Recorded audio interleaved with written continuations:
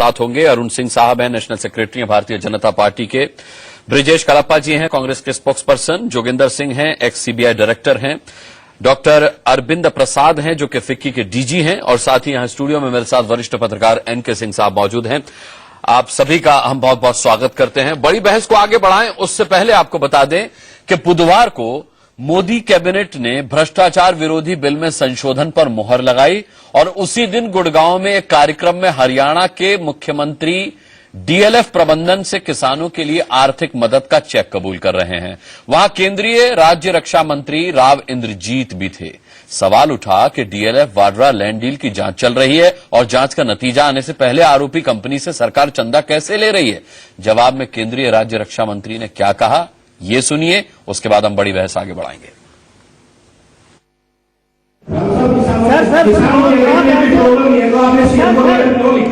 Sir आप ऐसे लोगों की सहायता ले जिनके खिलाफ एफआईआर करते हैं, जिनके खिलाफ मुकदमे दर्ज हैं।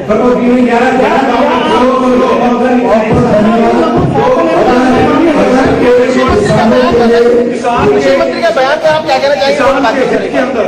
जहाँ से भी पैसा आता हो वो हमारे को मंजूर है। क्रिमिनल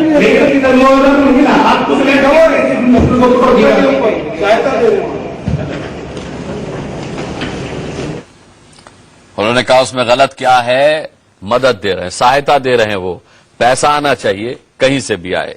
तो अरुण सिंह सवाल ये उठता है कि फिर संशोधनों का मतलब क्या रह जाएगा। आप कानून बनाइए न बनाइए, इस तरीके की सहायताएं आती रहेंगी, चाहे विवादित कंपनी हो, विवादित मसला हो, आपको क्या फर्क पड़ेगा, पैसा आ रहा है, आने देंगे आप।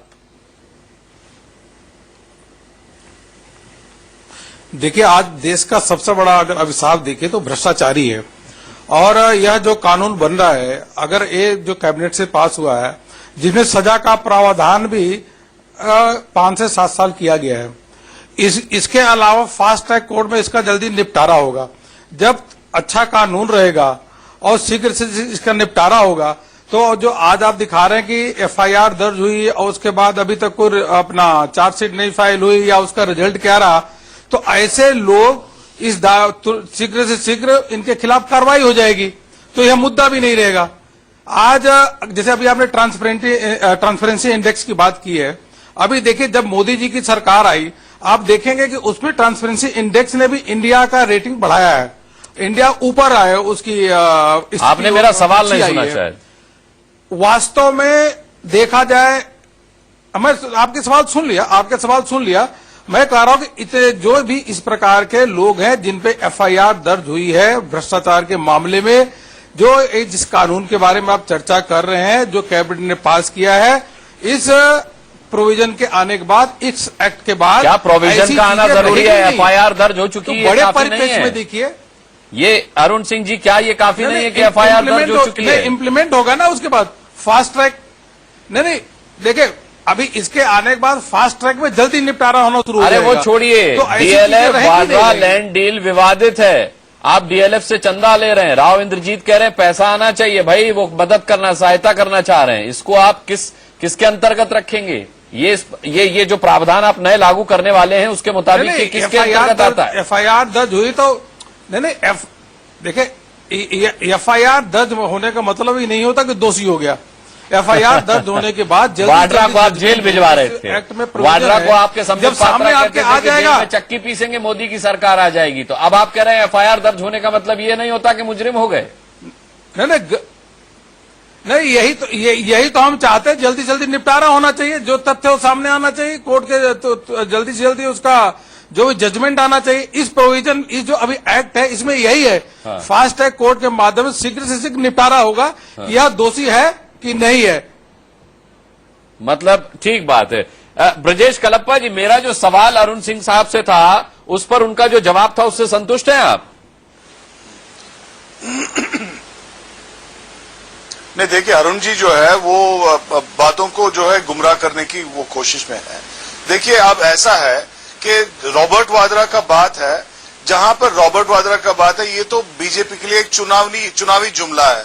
जैसे उन्होंने वाड्रा का बचाव न करें आप, मैंने जो सवाल पूछा उसका जवाब दें। ये कानून में संशोधन लाना चाहते हैं, संशोधन करके एक नया कानून बनाना चाहते हैं। इनके मंत्री कह रहे हैं कि डीएलएफ से पैसा आ रहा है तो आने दीजिए।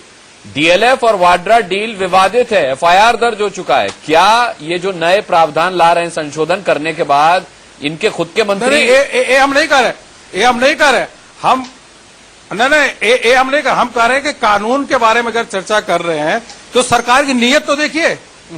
सरकार बनते ही सबसे पहले अभी बजट में देखिए जो बाहर के एसेट्स हैं उनको उन पे 10 साल की सजा, उस सेटलमेंट कमीशन में वो नहीं जा पाएंगे, दूसरा प्रावधान।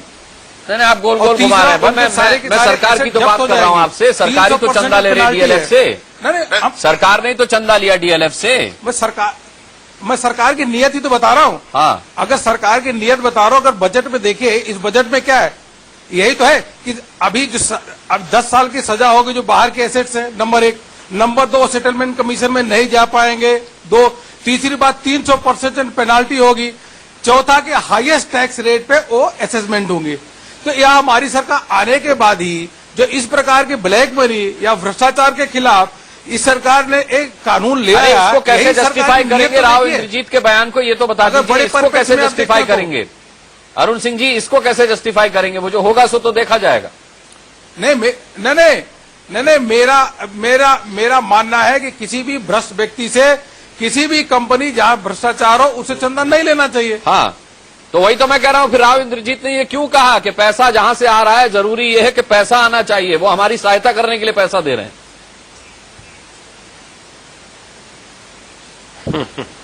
नहीं तो उसके खिलाफ तो कार्रवाई हो रही होगी ना। देखिए इनकम टैक्स और किसके खिलाफ कार्रवाई? जो कार्रवाई कर किसके? अभी राव इंद्रजीत के खिलाफ, जजमेंट तो आने दीजिए। राव इंद्रजीत के खिलाफ कार्रवाई की बात कर रहे हैं? नहीं, किसके खिलाफ कार्रवाई की बात की आपने? नहीं, एफआईआर और जजमेंट दोनों, फिर आप घुमा गए बात को। एफआईआर और जजमेंट दोनों अलग अलग चीजें होती है। एफआईआर दर्ज हुई और एफआईआर के बाद उस फंस गए अरुण सिंह जी, जो अभी फंस गए अरुण सिंह जी, आप जवाब नहीं दे पा रहे हैं। और इससे बड़ा प्रश्न हम आप जवाब नहीं दे पा रहे हैं। फंस गई नहीं, बिल्कुल नहीं। तो बताइए ना, किसके खिलाफ कार्रवाई की आप बात कर रहे हैं? हमको ये नहीं मालूम कि डीएलएफ से लिया गया कि नहीं लिया गया। अरे कमाल कर रहे हैं आप। अभी मैंने दिखाया, डिबेट शुरू करने से पहले राव इंद्रजीत का बयान दिखाया, फिर दिखाऊं आपको, फिर सुना देता हूं आपको। अरुण सिंह जी, एक बार बयान फिर सुनिए आपकी विशेष मांग पर।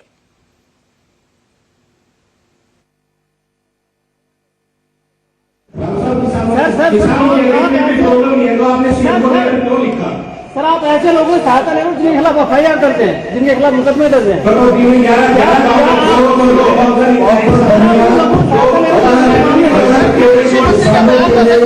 कृषि मंत्री का बयान पे आप क्या कहना चाहेंगे? के अंदर जहाँ से भी पैसा आता हो वो हमारे को मंजूर है। चाहे क्रिमिनल भी सहायता दे रहे हो। अरुण सिंह जी, रिपोर्टर ने 3 बार सवाल किया कि जिनके खिलाफ मामला दर्ज है आप उनसे चंदा ले रहे हैं, आप उनसे पैसा ले रहे हैं। तो राव इंद्रजीत ने कहा कि किसानों के हित में कहीं से भी आया हुआ पैसा मंजूर है, इसमें कुछ गलत नहीं है, वो सहायता करना चाहते हैं। मैं आपको बता रहा हूँ, देश की सुनिए, हाँ, देश की 70% कंपनियां ऐसी हैं, कोई न कोई उनके खिलाफ केस चल रहा होगा। अच्छा, चाहे सेल्स टैक्स का, चाहे इनकम टैक्स। तो फिर ये कानून का डकोसला क्यों कर रहे हैं आप? बात करते हैं, फिर ये कानून में संशोधन का डकोसला क्यों कर रहे हैं आप? फिर जहां से पैसा आ रहा है, यही तो मैंने डिबेट, आपने 15 मिनट खराब कर दिए मेरी बात को आप समझ नहीं पा रहे। मैं यही तो कह रहा हूं कि आप कानून में संशोधन की बात कर रहे हैं, संशोधन के बाद एक नया कानून बनाने की बात कर रहे हैं, तो इसका महत्व क्या है, क्या मायने हैं इसके? जब 70% कंपनियों पर आरोप है और आप पैसा ले रहे हैं, कह रहे हैं पैसा कहीं से भी आए, पैसा आना चाहिए, तो इस कानून का क्या मतलब रह जाएगा? मैंने सबसे पहला सवाल यही पूछा था। सुनिए, देश, आप पूरी बात ढंग से समझिए। देश की 70% कंपनियां ऐसी हैं जो income tax, sales tax, excise, बहुत सारे केसेस चलते रहते हैं, डिस्प्यूट चलता रहता है। ये सामान्य सी बात है। ऐसा नहीं है कि एक फेयर असेसमेंट होता है, उसके साथ अधिकारी का होता है असेसमेंट, भाई इतना टैक्स या इवेजन हुआ है, वो अपील जाता है, अपील करता है। जब तक जजमेंट न आ मुझे लगता है आपने संशोधन पढ़े नहीं, कैसे मानेंगे किसी को? हमारा ही आपसे प्रश्न है। इन संशोधनों के मुताबिक अरुण सिंह जी, लेने और घूस देने वाला दोनों बराबर का जिम्मेदार है, बराबर की सजा भुगतेगा, ये इसमें लिखा हुआ है। तो इसमें कहाँ घूस लेना और देना आया है? कहाँ घूस लेना देना आया? आप आरोपी कंपनी से पैसा ले रहे हैं, चंदा ले रहे हैं।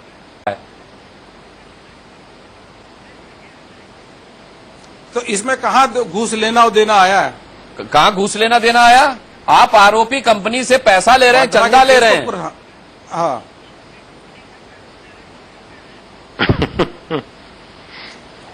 पता नहीं कब चंदा ले रहे हैं, क्या ले रहे हैं, हमको तो जानकारी है नहीं। अब लीजिए, आपने पल्ला ही झाड़ लिया। दो बार मैंने फुटेज दिखा दी, वीडियो फुटेज दिखा दी, अब आपने पल्ला ही झाड़ लिया कि हमें कुछ पता नहीं है। मैं जोगिंदर सिंह जी आपसे पूछना चाहूंगा, आप हंस भी रहे हैं और वाकई हास्यास्पद स्थिति अरुण सिंह जी ने बना दी है, क्या ऐसे भ्रष्टाचार रुकेगा?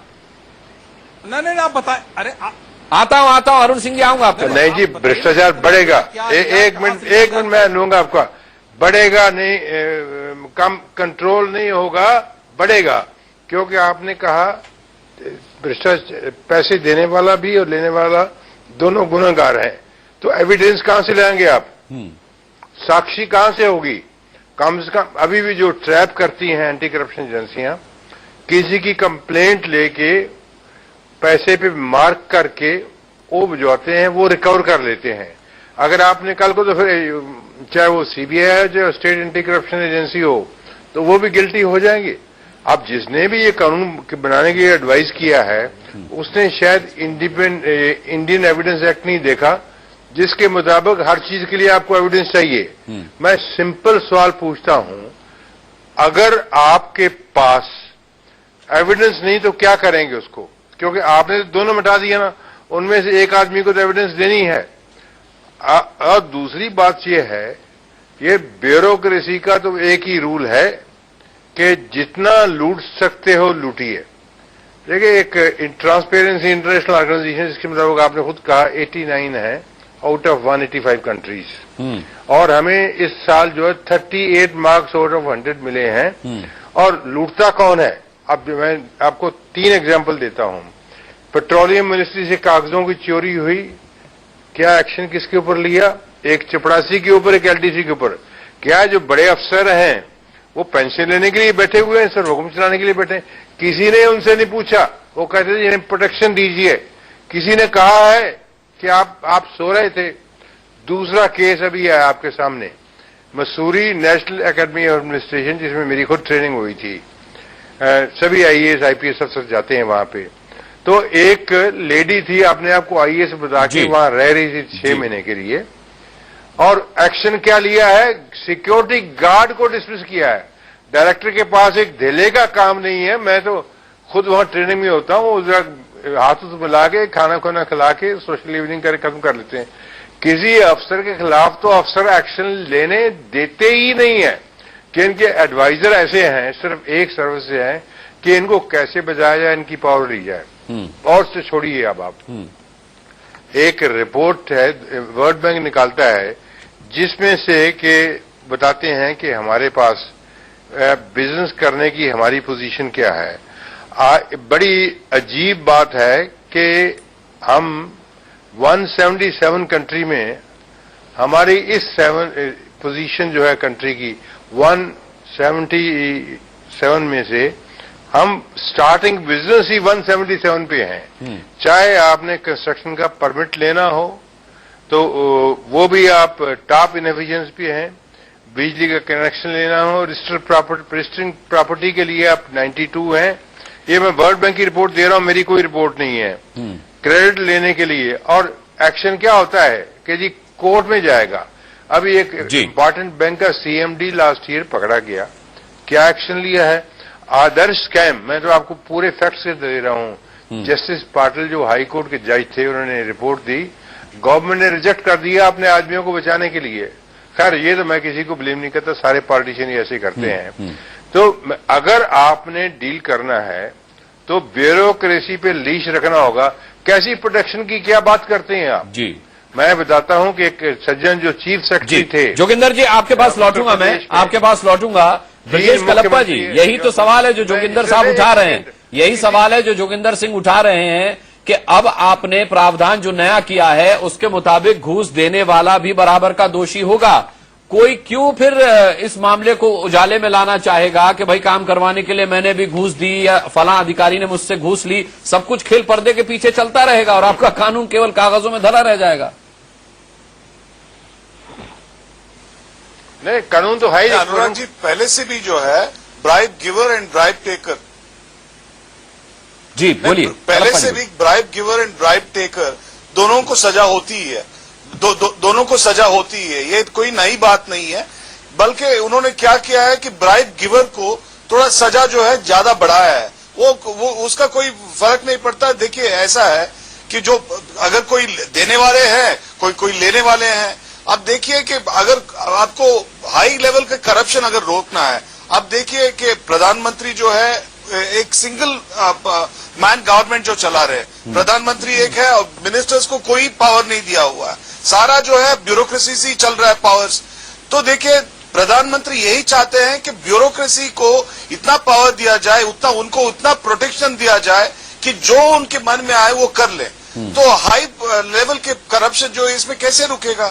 आप बताइए कि देखिए कि एक सज्जन है जो प्रधानमंत्री के साथ ही गए थे ऑस्ट्रेलिया और वहां पे उन्होंने कंपनी शुरू करना चाहे तो 1 बिलियन यूएस डॉलर्स को उनका मांग था।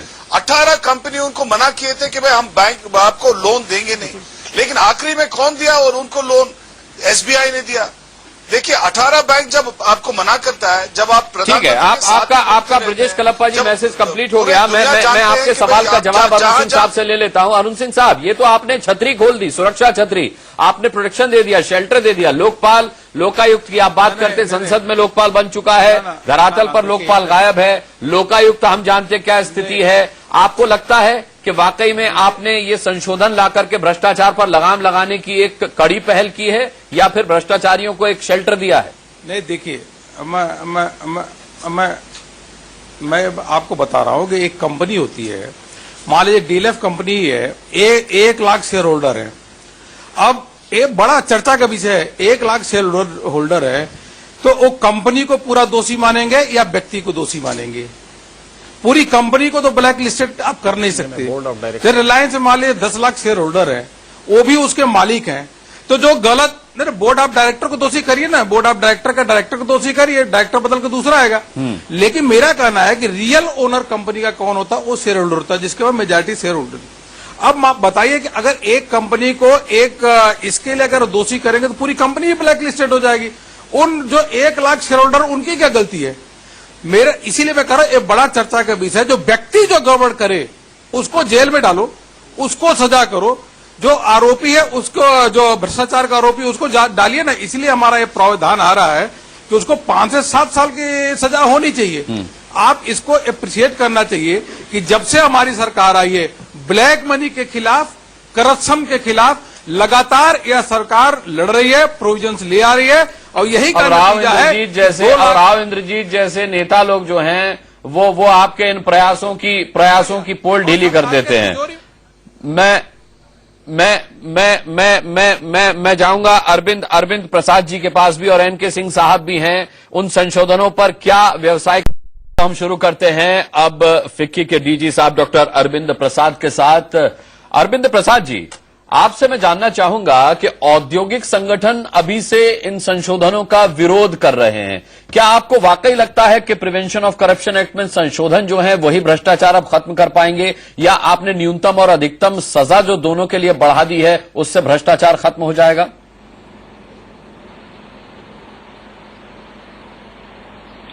नहीं, देखिए, आप संशोधन जो हो रहा है उसको अन्य कानून में जो परिवर्तन हो रहा है और अन्य चीजें जो हो रही है उसके साथ देखिए।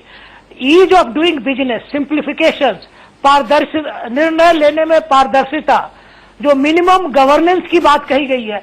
आपको पता है कि रेलवे में किसी समय में कितने भ्रष्टाचार होते थे टिकट लेने में, लेकिन इंटरनेट आने के बाद जब वेब पे बुकिंग होते हैं तो इससे काफी घट गए हैं। इसी तरह इनकम टैक्स में और दूसरे, तो कहीं न कहीं टेक्नोलॉजी का उपयोग, निर्णय में पारदर्शिता, गवर्नेंस को कम करना, ये सारे चीजों को अगर हम एक साथ देखते हैं तब भ्रष्टाचार पे अंकुश हो सकता है।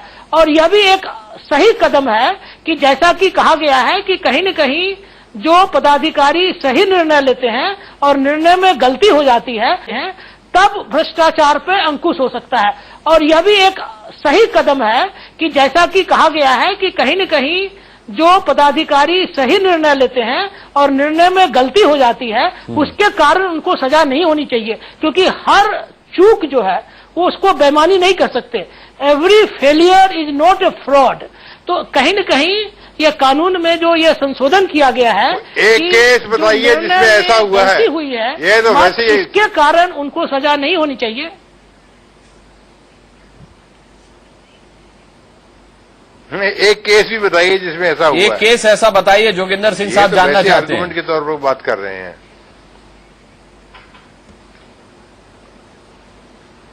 कुछ भी नहीं, ये बहाने के लिए है।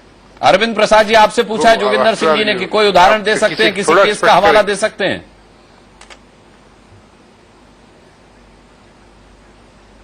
नहीं, किस चीज का उदाहरण दे सकते हैं? तो आवाज कट गई थी उसमें। आप अपने तथ्य को प्रमाणित करने के लिए कोई उदाहरण दे सकते हैं? आप जो तथ्य रख रहे हैं। नहीं, मैंने तो दो चीज कहा था कि जो टेक्नोलॉजी है उससे काफी हद तक सरकार के निर्णय में जो पारदर्शिता आती है। रेलवे एक बहुत बड़ा उदाहरण है जिसमें टिकट बुकिंग का जो भी पहले अनुभव था और आज का अनुभव है, उसी तरह इनकम टैक्स की जो ऑनलाइन फाइलिंग का है। हाँ। तो कहीं न कहीं निर्णय में पारदर्शिता, कहीं न कहीं निर्णय में जो पारदर्शिता है और जो टेक्नोलॉजी का उपयोग है, सरकार के निर्णय को सरलीकरण है, उसका सीधा प्रभाव भ्रष्टाचार को कम करने पे पड़ता है। इसलिए इससे ज्यादा बड़ा प्रमाण की हमें नहीं लगता है कि कोई आवश्यकता है। सभी जनता को यह अनुभव है कि जो टेक्नोलॉजी से निर्णय लेने में जो सरलीकरण होता है, उससे अपने आप भ्रष्टाचार में कमी हो जाती है। ठीक है, अरविंद प्रसाद जी मैं लौटूंगा आपके पास, लेकिन डॉक्टर एन.के. सिंह इसको थोड़ा सा, वो तो अलग पॉइंट है। मैं तो पूछ रहा हूँ करप्शन के लिए रोकने के लिए। जी लौटेंगे, जोगिंदर सिंह साहब लौटेंगे आपके पास। एन.के. सिंह साहब, मुझे लगता है कि जिस तरीके से डॉक्टर अरविंद प्रसाद इसे देख रहे हैं उससे ज्यादा व्यापक तरीके से इसके देखे जाने की जरूरत है। आपको नहीं लगता कि बहुत संशोधन व्यापक जो है, तरीके से देखने की ये जरूरत है? संशोधन जो है उसके बाद विसिल ब्लोअर की भूमिका ही खत्म हो गई। कौन विसिल ब्लोअर कई बनने का भूमिकाएं रिस्क लेना खत्म हो रही। मैंने अपनी लाइफ में इतना इल कंसीव्ड कोई बिल नहीं देखा है जो कि एक्ट में कन्वर्ट होगा इवेंचुअली। और मैं ये नहीं मानता कि सरकार का इंटेंशन होगा करप्शन को बटरेस करना, शील्ड करना, लेकिन इल कंसीव्ड बहुत है। आप जानते हैं, जरा फर्ज कीजिए कि एक इंजीनियर एक ठेकेदार से 2 लाख घूस, अब वो इसलिए नहीं लेगा कि नहीं साहब 5 साल के लिए जेल था पहले, अब 7 साल जाएंगे तो हटाओ अब नहीं लेंगे। आप सोच सकते हैं कि आप 5 साल से 7 साल कर देंगे तो कोई घूस नहीं लेगा। अरे इसके लिए तो ओनस प्रोबेंडी चेंज करना था। बर्डन ऑफ प्रूफ आप एक्यूज पे डालिए, जो करप्ट है उसके ऊपर ओनस प्रोबेंडी, जो कि आपके एडमिनिस्ट्रेटिव रिफॉर्म्स कमीशन के रिपोर्ट में रिकमेंडेड है कि चूंकि भारत में कोल्यूसिव फॉर्म ऑफ करप्शन है, कोएर्सिव नहीं है, लिहाजा कोल्यूसिव में इंजीनियर ठेकेदार एक सहमति पे होता है, ए राजा और शाहिद बलवा एक सहमति पे होते हैं और 2G स्पेक्ट्रम हो जाता है। लिहाजा आज जरूरत इस बात की है कि कोल्यूसिव फॉर्म ऑफ करप्शन को रोकने के लिए डेटरेंट पनिशमेंट हो, और वो पनिशमेंट 5 साल से 7 साल करने से नहीं होगा। दूसरा, आपने विसिल ब्लोअर का रोल खत्म कर दिया, और विसिल ब्लोअर का रोल इस तरह खत्म किया है कि अगर गलती से कल मीडिया में हमने किसी को पैसा देके कहा कि देखिए ये IAS करप्शन कर रहा है या ये नेता करप्शन कर रहा है, तो कहेंगे चलो जेल में चलो पहले। केजरीवाल साहब कहते हैं कि जो पैसा देने के लिए मना मत करो, उसका स्टिंग ऑपरेशन का तो स्टिंग वाला भी नहीं, मीडिया के पास और कोई चारा नहीं है। जिस तरह से डिफेमेशन है मीडिया के खिलाफ, जिस तरह कंटेम्प्ट है, जब मीडिया के खिलाफ 4 लॉज हैं जो कि हमें चलने नहीं देते हैं, उसके बावजूद आज हम स्टिंग ऑपरेशन करके आपका चेहरा बेनकाब करते हैं पॉलिटिकल क्लास का। लेकिन कल वो नहीं कर पाएंगे, क्योंकि जैसे ही हम पैसा देंगे तो कहेंगे पहले तो तुम जेल के अंदर चलो, फलाने एक्ट के तहत जो अमेंडेड है। तो एक तो ये सबसे बड़ा इनकल्सीव्ड है। फिर कोल्यूसिव फॉर्म ऑफ करप्शन जा ही नहीं सकता भारत से जब तक कि आप बर्डन ऑफ प्रूफ एक्यूज्ड पे नहीं रखेंगे कि तुमने करप्ट किया है, तुम प्रूव करो कि तुमने करप्शन नहीं किया है। तो सबसे बड़ी बात जोगिंदर सिंह जी ने बहुत अच्छी बात कही कि इससे एक भी आदमी पकड़ा नहीं जाएगा क्योंकि एविडेंस नहीं मिलेगा। कोल्यूसिव फॉर्म ऑफ करप्शन में इंजीनियर ठेकेदार एक सहमत पे होता है और एक भी एविडेंस नहीं मिलता, क्योंकि पुल गिरेगा 30 साल बाद, तब तक ये ठेकेदार पार्लियामेंट में जा चुका होगा या स्टेट असेंबली में होगा। लिहाजा इस तरह के करप्शन को रोकने के लिए अगर वाकई सरकार सिंसियर है तो स्ट्रॉन्ग लेजिस्लेशन लाना चाहिए था, और ये बहुत ही हल्का इल कंसीव्ड है। मुझे उस पर भी मैं आपका कमेंट चाहूंगा कि जो जांच रिकमेंड करने की बात है कि लोकायुक्त, हाँ जी बिल्कुल सही कहा आपने। अब जरा गौर कीजिए, 1 दर्जन राज्यों में लोकपाल है ही नहीं। बिल्कुल सही नहीं, अभी 2 दिन पहले लोकपाल ने यूपी के गवर्नर से शिकायत की है कि साहब ये चीफ मिनिस्टर और गवर्नमेंट हमारे 49 केसेस थे जिसमें हमने इनिशिएट करने को कहा था कि आप इसमें प्रोसिक्यूशन इनिशिएट कीजिए और आज तक उसमें से 28 का जवाब ही नहीं आया। ये हालत है लोकपाल की। अब आप क्या कर रहे हैं इस एक्ट में कि साहब परमिशन जो होगा वो लोकपाल देगा, नहीं तो लोकायुक्त देगा। जरा सोचिए, सुप्रीम कोर्ट ने चिल्ला चिल्ला के कहा, एक नहीं 30 जजमेंट में, कि Delhi police establishment act, special police establishment act के सेक्शन 6(1) को खत्म कीजिए, जिसमें ज्वाइंट सेक्रेटरी और अबव के लिए पूछा जाता था। आपको याद होगा कि मायावती के खिलाफ जब केस इनिशिएट हुआ तो परमिशन गवर्नर ने नहीं दी, क्योंकि केंद्र सरकार नहीं चाहती थी, तो गवर्नर ने कोई परमिशन नहीं दी, मायावती बच गई। आप समझ सकते हैं कि ये परमिशन का खेल आप फिर शुरू कर दिए कि लोकपाल से साहब परमिशन लीजिएगा तभी होगा, और लोकपाल कैसे परमिशन देगा? आप देख रहे हैं लोकायुक्त की क्या हालत है। लोकायुक्त को चीफ मिनिस्टर बिल्कुल नोटिस नहीं ले रहा है। अरुण सिंह साहब का जवाब तो मेरे ख्याल से इसको स्ट्रिंजेंट बनाना था, सिंसियर एफर्ट करना चाहिए। मैं ये नहीं कहूंगा कि सरकार करप्शन कंटिन्यू करना चाहती है, इन संशोधनों में तो बहुत खामी है, फिर भी बहुत खामी थपथपा रहे हैं। नहीं, देखिए ऐसा है कि यह कानून आया है, ये पार्लियामेंट में डिस्कस होगा। बहुत सारे चीजें हैं कि ओनस टू प्रूव इनोसेंट, कौन करेगा, ओनस किसका है, जो रिश्वत ले रहा है या दे रहा है, इस पे भी चर्चा होनी है। इसके अलावा जो अभी मेन इसका सबसे बड़ा इशू है कि जो अधिकारी हैं वो हिम्मत के साथ निर्णय ले। देखिए, जो निर्णय लेगा उसी से दो गलतियां होंगी, और गलती को आप करप्शन मान नहीं सकते, इसलिए अधिकारियों को निर्णय लेना चाहिए, और निर्णय लेंगे तो गलती होगी। ये सब सारा का सारा नहीं, पैसे लेके लेते हैं निर्णय। आप जोगिंदर सिंह, आप 10 निर्णय लेंगे तो एक गलती होगी। देखिए, 10 निर्णय आप लेंगे तो एक दो गलती होगी। ये प्रकृति का नियम है। 10 का 10 सही हो ही नहीं सकता, ये मान लिया, क्योंकि जब डिसीजन लेते हैं आप एक जजमेंट, फेयर जजमेंट आप देखिए, अगर आप गलती पे थोड़ी सजा देंगे, गलती पे नहीं देंगे। हाँ, अगर पैसा लेकर के अगर आपने किया है तो आप इसमें जाएंगे, अंदर जाएंगे। हम पे कितना प्रेशर था प्राइम मिनिस्टर से, हमने कहा नहीं मानी, कुछ नहीं होता। अगर आपकी ईमानदारी से काम कर रहे हैं, गलती होने का स्कोप जरूर आप बिल्कुल नहीं होती गलती। अगर आप ईमानदार हैं तो गलती कहीं नहीं होती है। अगर आप आंख बंद कर लेंगे, सुनिए, अगर आंख तो बंद कर ली, राव इंद्रजीत ने आंखें तो बंद कर दी थी, प्राइम मिनिस्टर आंख नहीं तो राव इंद्रजीत सिंह ने आंखें तो बंद कर दी थी, आपको दिखाया, लेकिन आप समझ नहीं पा रहे हैं उसको। अरविंद प्रसाद जी, जो पॉलिटिकल डोनेशन है, इंद्रजीत का ये कहना कि पैसा कहीं से भी आए तो हम जनता के लिए आए तो ठीक है, तो दाऊद इब्राहिम बैठा हुआ है, कह रहा है भारत के लिए, विकास के लिए हम देने जा रहे हैं, आप मंगा ले पैसा। दाऊद इब्राहिम भी तैयार है। मैं अरविंद प्रसाद जी आपसे पूछना चाहूंगा कि जो पॉलिटिकल डोनेशंस हैं, बड़ी बड़ी कंपनियां राजनीतिक चंदा देती हैं और फिर सत्ता में जब पार्टी आ जाती है तो उससे फायदा लेती हैं, क्या आपको लगता है कि इन पॉलिटिकल डोनेशंस पर भी रोक लगाई जानी चाहिए? आधा भ्रष्टाचार उसी से खत्म होगा?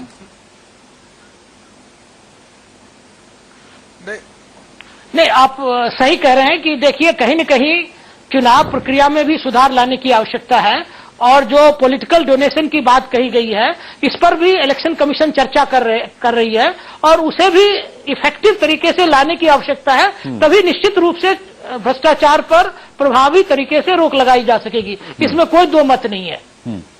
ब्रजेश कलप्पा जी, जो पॉलिटिकल डोनेशन है, इन्हें किस कैटेगरी में रखा जाना चाहिए? क्योंकि इसे भ्रष्टाचार की कैटेगरी में अरुण सिंह तो नहीं रख रहे हैं।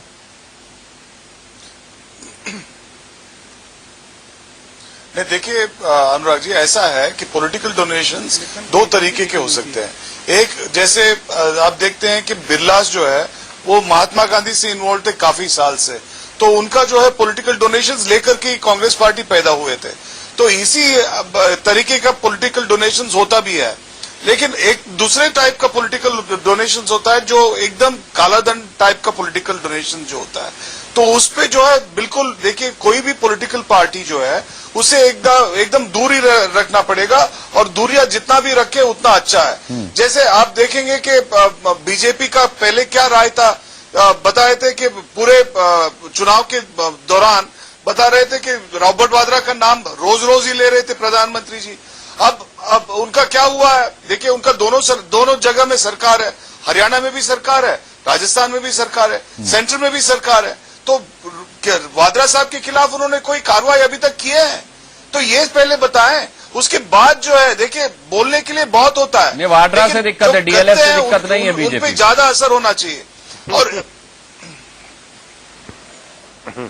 नहीं देखिए, बीजेपी का जो है सारा जुमलेबाजी ही चलता रहता है। और अब में भी किसी के भ्रष्टाचार का नहीं ली है न लेगी। अब देखते हैं कि मान के चलेगा, इसको घुमाइए मत। इसको मैं यह कह रहा हूं, इसको फिर समझिए, इसको समझिए कि मैं कह रहा हूं। तो आप इतना ये बता दीजिएगा। चलिए ब्रेक के बाद समझते हैं। अरुण सिंह जी, बहुत जरूरी भी है हमारा ये समझना कि आप कहना क्या चाह रहे हैं। आपकी बात समझेंगे एक छोटे से ब्रेक के बाद। बहस कर रहे हैं, सरकार प्रिवेंशन ऑफ करप्शन एक्ट में संशोधन लाकर उसे कानून का रूप देने का प्रावधान करने वाली है। सदन में हालांकि इस पर चर्चा होना अभी बाकी है, लेकिन इसके कुछ प्रावधानों को लेकर के अभी से आपत्तियां उठने लगी हैं। लोग इसमें खामियां बता रहे हैं। मसलन घूस लेने वाला ही नहीं, घूस देने वाला भी बराबर का जिम्मेदार होगा, बराबर का सजा याफ्ता भी वो हो सकता है। अब सवाल ही कि विसिल ब्लोअर की फिर भूमिका क्या रह गई? अगर घूस देने वाले को यह डर होगा कि मैं भी पकड़ा जाऊंगा तो कौन उससे घूस ले रहा है वो ये किसी को जाकर क्यों बताने लगेगा, क्यों नहीं सब पर्दे के पीछे होने लगेगा। जांच जो है किसी भी सरकारी सर्वेंट के खिलाफ होगी तो वो लोकायुक्त या लोकपाल अगर रिकमेंड करेंगे तब होगी। सवाल यह कि 1 दर्जन राज्यों में तो अभी लोकायुक्त है ही नहीं, लोकपाल का कहीं अता पता नहीं है। ऐसे कई प्रावधान इसके हैं जो अभी संशय के दायरे में है, सरकार की मंशा पर सवाल उठा रहे हैं। एनके सिंह साहब, समय हमारे पास सबके लिए 30-30 सेकंड बचा। मैं आपसे जानना चाहूंगा कि जो पर्सनल वेल्थ वाला प्रावधान जोड़ा गया है, क्या ये नौकरशाहों को, राजनीतिक लोगों को सीएजी के जो निर्देश होते हैं, जिस तरीके से सीएजी के शिकंजे में रिपोर्ट्स में लोग दोषी आते हैं, उससे बचाने के लिए किया गया है? क्योंकि अब तक जितने भी घोटाले सामने आए हैं सब सीएजी के रिपोर्टों के आधार पर ही आए हैं। जी हाँ, अधिकांश घोटाले जो हुए हैं, हालांकि मीडिया ने 1-2 बार किया भी, लेकिन वो उतना इंपैक्ट नहीं डाला जितना सीएजी की रिपोर्ट ने डाला। 2G स्पेक्ट्रम उसका गवाह है। लेकिन मैं ये तो नहीं कहूंगा कि सरकार इसको रोकने के लिए, शील्ड करने के लिए, लेकिन ये इल कंसीव्ड है। जिसने भी बनाया है ये बिल या जो तरमीम कर रहा है, जो यूपीए का ओरिजिनल बिल 2013 का था, उसमें जो तरमीम कर रहा है वो बहुत इल कंसीव्ड है। और एंड रिजल्ट इसका ये होगा कि कहीं ना कहीं करप्शन बढ़ेगा इससे। इसलिए पहला काम करना चाहिए। लेकिन डॉक्टर अरविंद प्रसाद, आप नहीं मानते हैं कि ये इल कंसीव्ड है?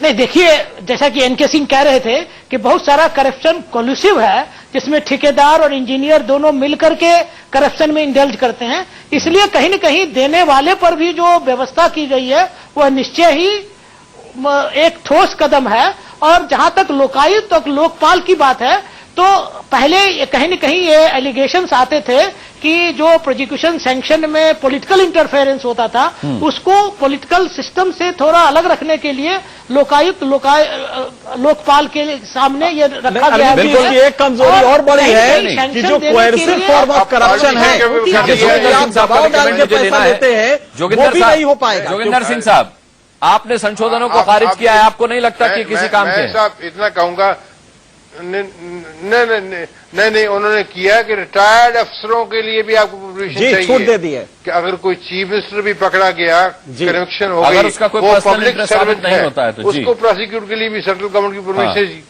तो नहीं, पर्सनल इंटरेस्ट तो है ही है। जो कल के भिखारी थे, कई बार सैकड़ों करोड़पति हैं। तो ये चीजें जो है, सर्विंग की बात अलग हो, उन्होंने कहा रिटायरमेंट में भी जो आपने पैसा कमाया उसको भी इस्तेमाल कीजिए। मतलब जबरदस्त प्रोटेक्शन है करप्ट लोगों के लिए। प्रोटेक्शन पूरी लिबर्टी क्रॉस कर चुके हैं इनको प्रोटेक्शन के लिए, रिटायरमेंट के बाद भी। जी बिल्कुल बिल्कुल। तो मान लिया जाए कलप्पा साहब के सरकार प्रोटेक्शन देने वाली है भ्रष्टाचारियों को भ्रष्टाचार दूर करने के नाम पर?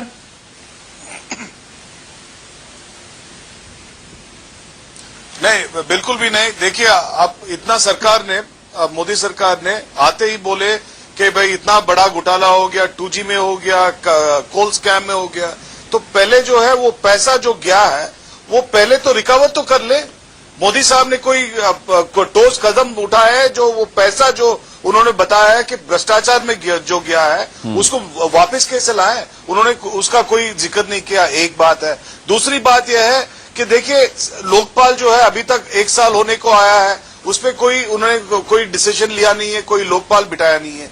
अब देखिए कि सीआईसी चीफ इंफॉर्मेशन कमिश्नर का भी पोजीशन उन्होंने अभी तक भर्ती नहीं किया है। चीफ इंफॉर्मेशन कमिश्नर का पोजीशन एकदम खत्म ही हो गया है। अब देखेंगे कि लोकायुक्ता जो है गुजरात में 10 साल तक नहीं रहा, तो इसका क्या जवाब देते हैं मोदी साहब। तो ये सब जो है ये एक ही डायरेक्शन पे जा रहा है कि मोदी साहब जो है एकदम totally failure in regard to controlling corruption.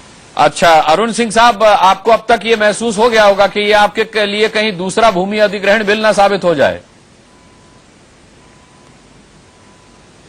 नहीं, ऐसा है कि पहले तो इनको थोड़ा जानकारी होनी चाहिए। इनके समय जो भ्रष्टम सरकार 10 साल की रही है, वह एक डरावना सपना जो लगता था, आज 3 लाख करोड़ रुपए सरकार के खजाने में आ गया, ईमानदारी के कारण ही, जो कि गरीबों के कल्याण के लिए खर्च होगा।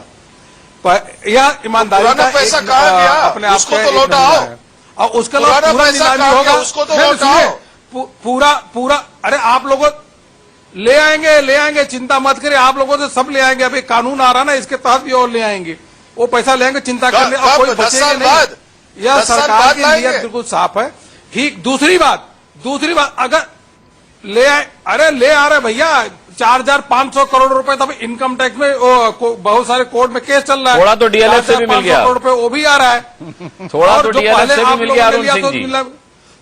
उसके अलावा हमने जो जितने भी नीलामी थी जनहित के नाम पे, जनहित के नाम पर थोड़ा डीएलएफ से भी मिल गया। अभी इलेक्शन कमीशन में चल रहा है कि कारपोरेट डोनेशन, स्टेट फंडिंग, इस पे जाकर के इलेक्शन कमीशन में चर्चा हो रही है। मैं भी क्या था उस पे। ठीक है, मेरा समय खत्म हुआ बड़ी बहस का। आप सभी का हम बहुत बहुत धन्यवाद करना चाहेंगे हम चर्चा पर आकर डिबेट करने के लिए। बहुत बहुत धन्यवाद सभी मेहमानों का। इसी के साथ बड़ी बहस में आज के लिए इतना ही। वक्त एक छोटे से ब्रेक का है।